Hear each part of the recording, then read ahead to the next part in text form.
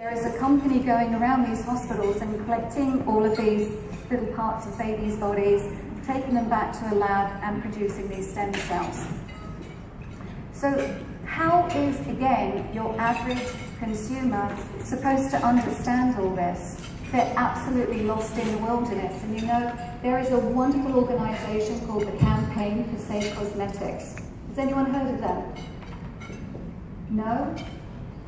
Can I please direct you to their website, because they're doing the job that the FDA are not, and they do a great job. They have the Breast Cancer Fund, EWG is affiliated with them, and they're out there campaigning. Now, we signed a pledge with them in their very, very early days because we work and comply to European cosmetic standards. And that's what they feel should be the gold standard for y'all in America here. What was the name? I'm sorry? What was the name of The Campaign for Safe Cosmetics. So their gold standard, they believe, is European standards. And they've done a good job, but it takes much, much more than a few campaigns, etc., to really put the winds of change into effect here in the United States. I get asked about this ingredient continually. There's two camps of thinking. There's one that don't like it and there's one that do. I actually don't like this particular ingredient, silicone, because it acts like saran wrap on the surface of the skin. So for anyone who has acne or acne-prone skin, this is really an ingredient that you should be avoiding or letting your patients know they should avoid. You can imagine that you've got this silicone sitting on the surface of the skin. It's an occlusive, so it's designed to trap moisture in the skin. But whilst it's trapping moisture in the skin, it's also trapping in heat and bacteria. So now you have a greenhouse effect. So let's sort of look at this most marvellous organ, the skin. And it is true, life on Earth would simply not be possible. The average human being carries around about 8 pounds in weight, and that measures approximately 22 square feet. I accidentally kept saying meters last week because I'm still in metric, and of course y'all work on imperial here. So you can imagine what 22 square meters of human flesh would look like. Now, the skin performs several very, very important functions. The first, obviously, is it is our first line of defense to the outside world. It also takes in oxygen and moisture into the tissues, it regulates body temperature, and it also lets us know when we experience pain or pleasure. What most people are particularly sort of surprised about is internally, we obviously need to be kept in an alkaline state to optimize our health. But externally, it couldn't be further from the truth. Externally, we need to be in a mildly acidic state. Our skin thrives on mild acidity.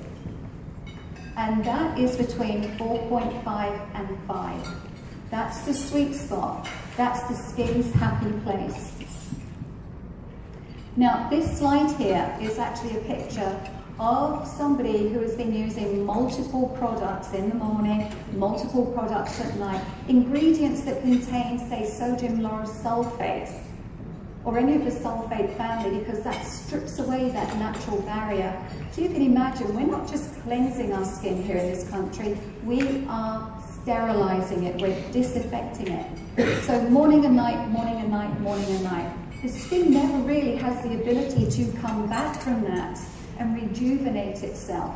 So it's no wonder that very high-profile dermatologists such as Dr. Leslie Ann Bowman, who wrote the Skin Type Solution book, she reports that over half of the patients that she sees in her clinic suffer from an impaired skin barrier. And you know the other thing, you wouldn't believe how many skin issues can really be helped just by taking skin out of that alkaline state to more of an acidic state. Now, there was a great study done by, of all people, Dr. Hillebrand from P&G, and it was done over an 8-year period. And what he did, he had 2 controlled study groups. One that was using topical alkaline products, and another group that were using mildly acidic products. At the end of that study, what he discovered was that those using mildly acidic products actually aged 50% less than those using alkaline products, because alkaline products are by nature very, very drying to the skin. The skin becomes very dry, irritated, and brittle. There's a lot more studies like this, so if you're interested in any of that, I'm more than happy supplying it. Now, there's a lot of things that we do on a daily basis that really test this tortured environment. And I know some of us, well, probably many of us actually, can look at that and think, oh yes, I take medications or I detox. But detoxing is very, very healthy for us internally. Whilst we're going through a detox, it would be a really good idea for your patients to be applying something that is mildly acidic to their skin, because most toxins that are pushed out through the pores in the skin are extremely acidic.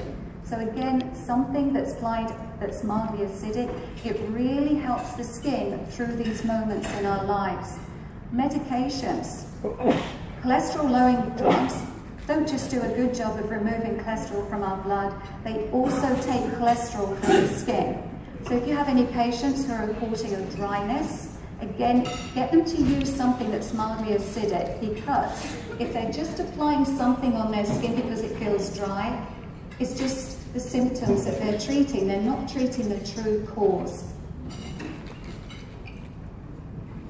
Now, you're a really smart group. I could tell that when I was listening to you all at the back. What other organ in our body really relies upon good bacteria? I have gut. Yes, we go on and on about prebiotics, probiotics. Well, guess what? The skin is no different. This skin craves good bacteria. We see so many skin conditions that are cleared up just by taking it from being mildly acidic to, from being alkaline to mildly acidic. And I wanted to give you a visual here. I want to sort of just keep moving through the slides because I want to obviously keep on track with the time. But there's 3 products that keeps coming up time and time again. Can you please compare these products, because there seems to be something in common here. SkinCeuticals, IS Clinical, and Phytoceuticals. They do indeed have something in common, and that is that this company were private labeling to both of them for many, many years. So that's why they seem